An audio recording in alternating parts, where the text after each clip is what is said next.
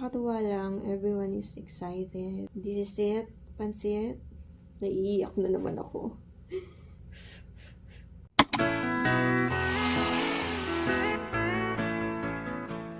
Good morning.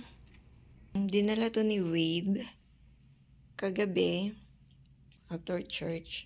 Yan, kailangan kong matapos na yan ngayon. Lahat. Ito daw yung magiging ring box namin. Nilagyan ko siya ng flowers here. Ito ginamit ko. So, sana hindi siya matanggal. By the way, yung aming ring bearer, super excited na siya. Bababa na ako para kumain.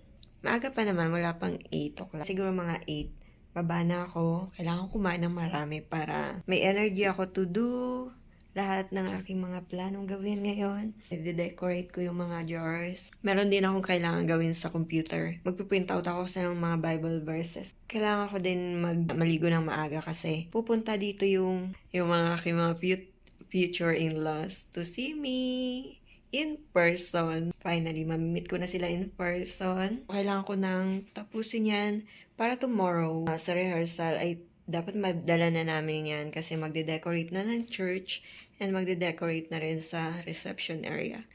Actually, gusto kong tumawag sa family ko pero minsan naglolo ko yung internet connection dito. Pero for sure, babalik yun mamaya. So, antayin ko na lang bumalik yung internet connection.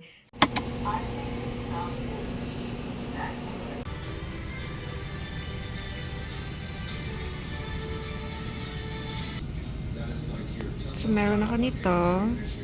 And then, yan. And this bread. Cranberry juice. Solo ko.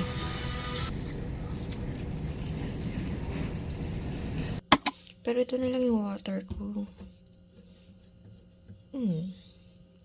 Parang gusto kong bumaba para kumuha ng water or juice.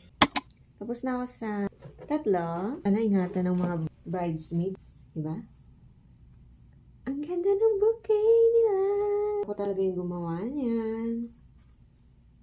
Then, sage green na ribbon. Pakita ko sa inyo kung paano ko siya ginawa. 1, 2. Lagay ko dito sa box na to.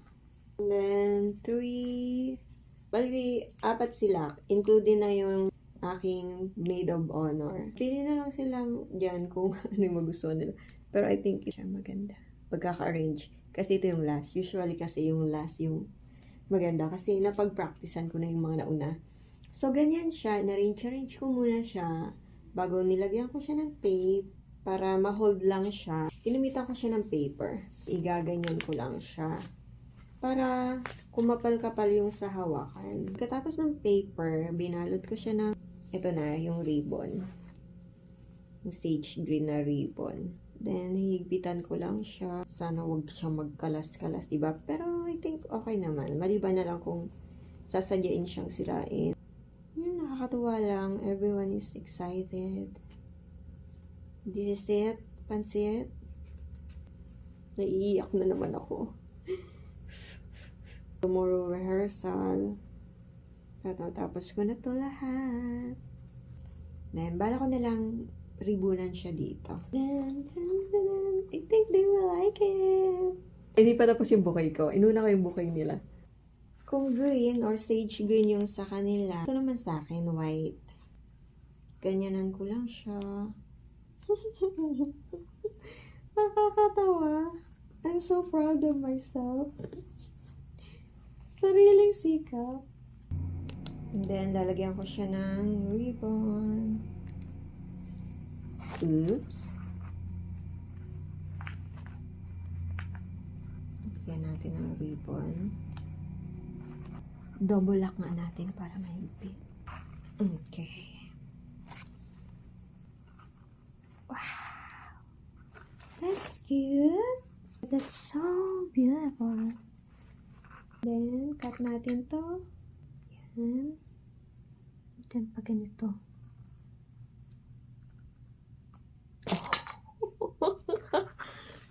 Isn't it amazing?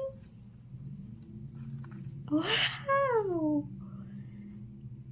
That's so beautiful. Wala, naiyak ako. Ang ganda. So beautiful.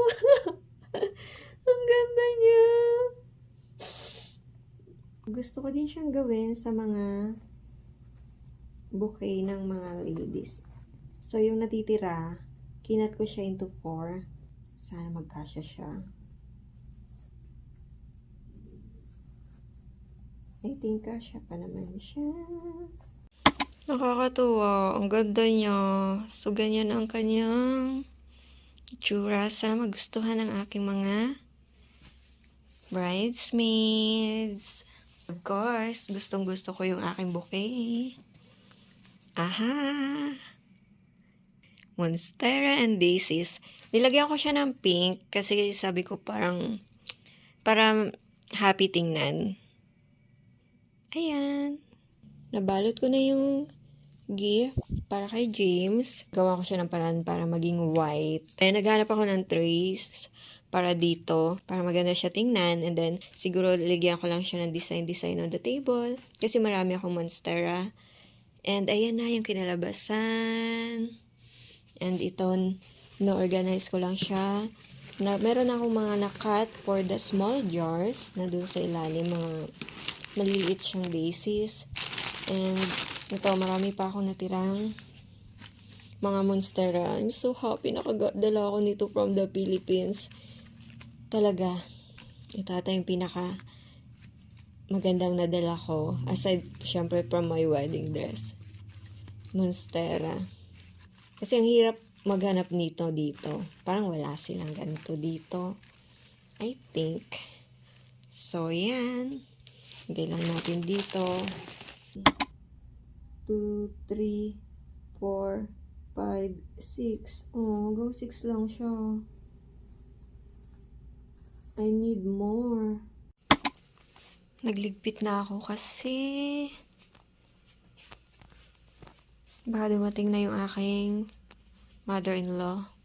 So, maliligo na ako. Papalitan ko to ng smaller. Para maganda yung small, no? Ano ba mas maganda? Hindi maganda yung big. Kasi big yung jar. Yeah, I think big. And then, maganda yung may ganito, no? Nagdagdag siya ng design. Wow, ang ganda ng mga flowers ko. So, ito yung suot ko. Susuotin ko pala. Today, Thursday. Ito actually yung sinuot ko nung sa embassy interview. Yan. Okay. So we will have to lift it up. You can do it or you need me? Don't want to ruin it.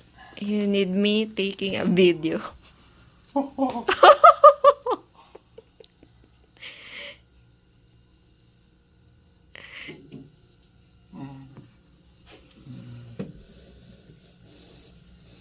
Let's see. Why it smells good.